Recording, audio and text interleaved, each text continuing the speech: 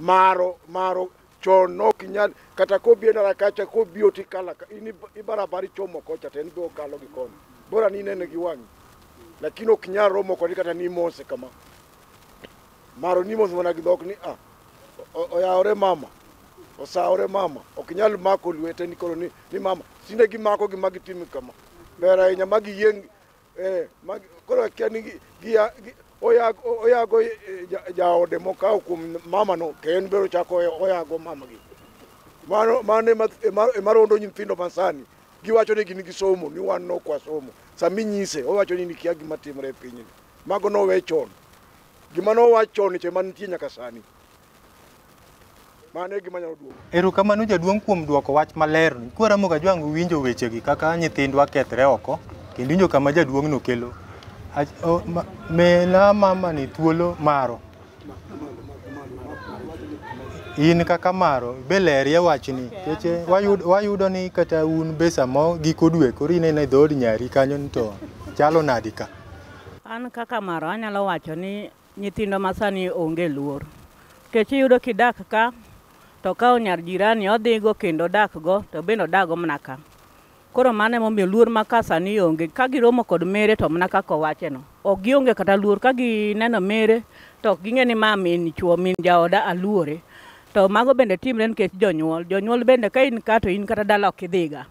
en tang' nodhi nadi to in bende ok idhiga kata i dala koro wambe wan jonyuol konchiel waricho nikech wan bende waketho nyithindwa iye kae. Abe kachoro kanyo matin owach ni Kapango en thim jodongo no biro manyo mondo kelnwa ta winjo kanyakwar ta wacho ni tinde jodongo wuotho gi mondegi kamoro amora ne gibiro manyo le ginego le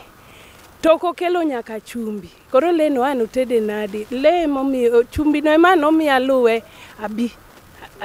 le an uted maonge chumbi. Erokamano maro kwaramo ga jwangu winjo kamaro lero kanyo maler ahinya ni gimomiyo gibiro Kapango giwuotho gi chuogi en ni dichuo konego le tibo dwar chumbi to chumbi no samoro in nego le in gi 500 tiwacho ni kawuono idwa rech idwaro odhadho ni kian kitungi bo yud nadi gi nyanya neno ka maro temo wacho ni ma momiyo en kode to nyise ni kwaramogi ni kosa midwar gi jaodi ni to dala ng'ama ntie. Gimomiyo an kode kae donga sewacho niya okelo le to onge chumbi onge mo ko nego le to biro go idala to ber ing'eni onego bed ni manyo to bang' dweche 2-3 tibiro ibe iliewe dala koro in kiweya idala kucho iweya ni kenda tiweya kanyo higni kalo ga kala lokre okia mana bi manyo chumbi eman korona luino miye jaduong' no chwalie. O kamede wi mano e wach mamaro no kendo gimosemiwa chandruok maduong' ahinya mama to koro en ni piny owacho nyithiwa nyuomo nyir mowuok e dhoudi mopogore opogore koro nyir monyuom mopogore opogore gi bende ka nyako wa kumachielo to bende biro gi chik mamargi kodhi oromo kodi kar kaeri koro gik moko dwaro chere makwende mamoko winjo mnani kate pien ma jaduong' nindie in wuoyi kibiro maro dhi nindo piny ni to in weni otanda ne mamondi nindie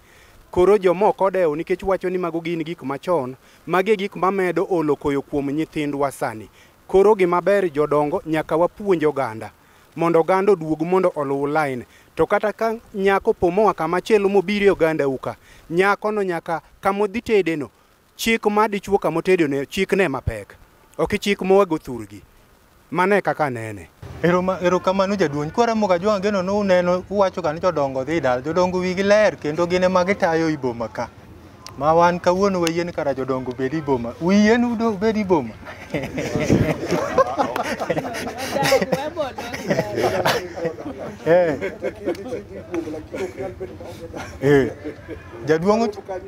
Jaduong' wacho ni ibet iboma tidhi dala tiduogo ilimo dala tiduogo nyakwata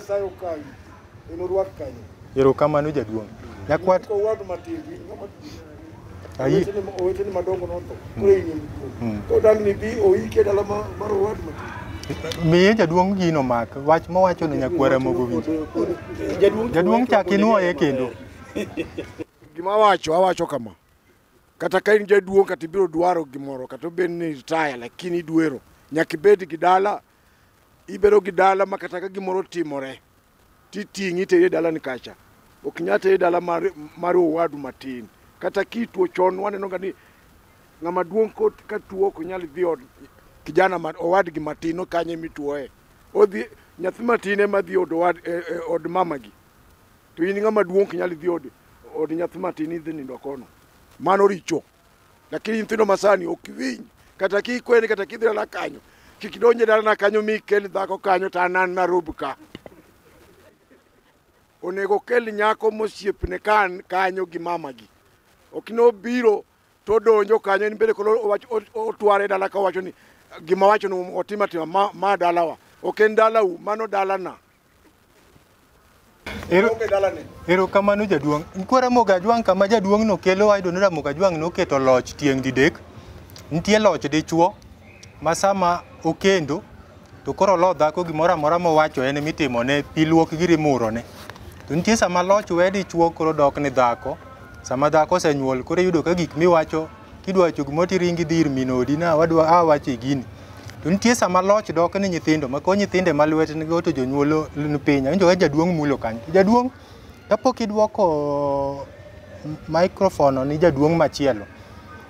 ka achiel kuom jodong luo ma koro ni Kapango ka waneno ka liete kichoko ka tidhi go dala gi maiti Kapango, tidhi go kode dala, koro sama otere dala kucha koro kigo kode dala. Kanyo inyalo wacho ang'o ka jaduong'? Kanyo iwacho niya, ka en nyathi kijana mane pok obedo dala kocha kotho, to en gi dhako, en monego dhi olosne kamoro ma ji bede sami kunyo bur. Lakini ng'ama mzee man gi dalani kitho Nairobi onego teri mana e odi, to ok ber kibedo Nairobi ka nionge dala, ionge ot, ionge otandani maninde ka mitero dala kocha, nini go ten nigo kate. Koro sami thono ten nigo to biro dhukure. Itero gi dala kocha kata ka Nyasaye okawi, to wete ni kawo bedogo. To mon masani be, kaka moko nitie ma samoro in jaluo to inyuomo nyar Kisii. Nyar Kisii wacho dano kanyal dhi, an kae mabede. To be kiwacho ni mondo idhi tiek kwe dala kocha ka dhako odong' ka, ji be nyisi ni mano ok nyal timo ka dhako onge dhi om chiegi. Jaduong' kapok imiyo ng'ama chielo, koro in ng'ama jaduong' to awinjo kiwacho ni ka ng'ato kendo nyadhot mo to chando. Koro wach miwachono ka nyathi moro emokelo ni wach jaduong' kendo nyadhot moro to tamre no kodwa ni wadhi dala, inyalo nyise ang'o? Gima nyalo nyise ni oluongo wuon, kaka ni an wuon nyathi, onego aluong wuon nyako cha, to wadwaro mo kode kata odhi e oda kata dhi e dalane, ka en Nairobi ka wadhi e ode, to wabedo pi wacho ni wuoda ni dwa dhi go dala, to nyari tame no ko dwa dhi go dala, dang' watim yang'o? Kech sama ma wuodi okendo nyara, sama nyara tame no ko dhi gi wuodi dhi go dala, inyisa ka inyawana, inyisa ni wuani gi nyathini. Ke samoro nyalo wuoyo gi wuode to wuode yie ni dhi go dala, to koni nyathi wacho nano kanya dhi dala kanyo, nano kanya dhi go dala. Tae timbe iwacho ni koro kanyako no setame dag na time nade, ing'e ni ketho nyathino kata inego nyako no. Ero kamano jaduong'. Nyakwata wadogi e wach mamaro cha mondo itiego. Mere miyudo ka wuoyi chung' orudho lak e dhoot kocha to ndara mopogogi kocha be maro nitie. Kit Mogajwang' wacho nang'o? E wuod Nyakabilo, ing'eyo ne seche mwawacho wach mar maro to kod kend, nyaka wang'e ni wawuoyo yang'o. Ok wanyal wuoyo e jogo ma gin jirende machodre ma ok gin jomokendre. Nikech ng'at mokende en ga ng'at manene kata wuon mare bende odhi kuma nyakono noaye mowuoyo kod jaduong' ma wuon nyakono moneno nyaka min nyako mang'e ni min nyako ni en ng'ama chal nade. Koro wach mar luongo ng'at modak Kapango i ot ma opango to wuoyi oyudre kod nyare, to wuoyi no bende jirande, to koro iwachoga ni wuodi okendo. Mano wuodi kokendo, mano wuodi en ga jachode, to nyako cha jachode, jogi chodre duto. Koro ng'at ma kamano nyaka inwang' ni min mare bende onjawre, emomiyo min mare biro wuok kotwe suka ka seche manendo onge kod chumbi kata mana kako chiemo onge, to wacho na wadhiye awuoye kod orani, oluongo ng'at ma pok onyombo nen ore, to odhi oduong'o dho gate kata dho od gi ng'ano ni sim ni kanyo wachang'o oyorna e M-Pesa moro matin wan marach ka ot kucha to obiro kotwe suka to en ng'ama ok obiro koikre to orwako pat mago ok gin ga jok miluongo ni mere nikech mago emomiyo ne wabet kaka jodongo makonge ni oluongowa ne mondo wang'e ni tang'o ma timre e tim kuma ne gibire gisedak marach omiyo an ok aneno maro kanyo madawuok kuom. Erokamano.